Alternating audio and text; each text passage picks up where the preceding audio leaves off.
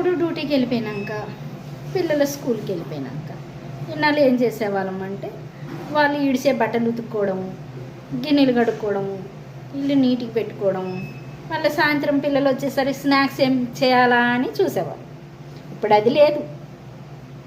Cell మాట్లాడితే సెల్ల నొక్కాలి. సెల్ల చూసేసరికి ఆ రోజు టైం అయిపోతుంది. అప్పుడు మళ్ళీ ఏం చేస్తాం మనం? రివర్స్ వాళ్ళ మీద అరిసేస్తాం.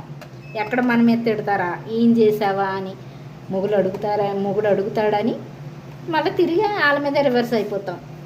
ఇదే ఉంది, తినకపోతే మానేసారా, రోజు ఎక్కడి నుంచి తెస్తాము అంటాం.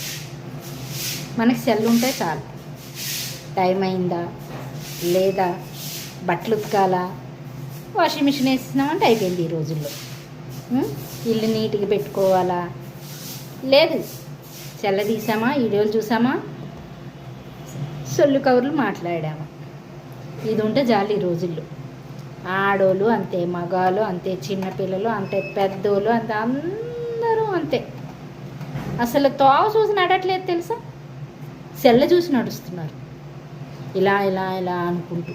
అసలు ఎదురుగా వెహికల్స్ వస్తున్నాయా అని లేదు. సెల్లోనేంటి, ఒక్కొక్కరు అయితే బండి మీద వెళ్తుండే గేమ్ ఆడుకుంటున్నారు. గేమ్ 2 నిమిషాలు పక్క కాపి ఆడుకోవచ్చు కదా, లేకపోతే ఇంటికి వెళ్ళి ఆడుకోవచ్చు కదా. లేదు, బండి మీద లేట్ అయిపోదు. మళ్ళీ సెల్ల యాక్సిడెంట్ అయినా పర్లేదు, ముందు సెల్ల చూడాలి మనం. సెల్ల చూడందే మనకి నిద్ర పట్టదు, తెల్లారదు, కడుపు తిండి లేకపోయినా పర్లేదు.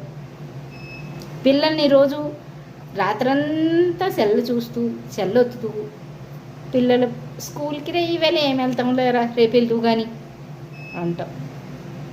ఎందుకంటే లేగాలి, లేస్తే బాక్స్ కట్టాలి, రాత్రంతా నిద్ర లేదు కదా. అలా ఉంది మన పరిస్థితి.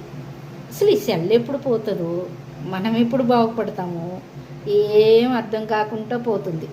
ఇన్నాళ్ళు పక్కింటోళ్ళు ఎక్కడికి వెళ్ళారా, ఏం చేస్తున్నారని చూసేవాళ్ళం, వాళ్ళు ఉన్నారా లేరని చూసేవాళ్ళం, వాళ్ళకి ఏమైనా బాగాలేకపోతే పాపం ఏదైనా సాయం చేసేవాళ్ళం.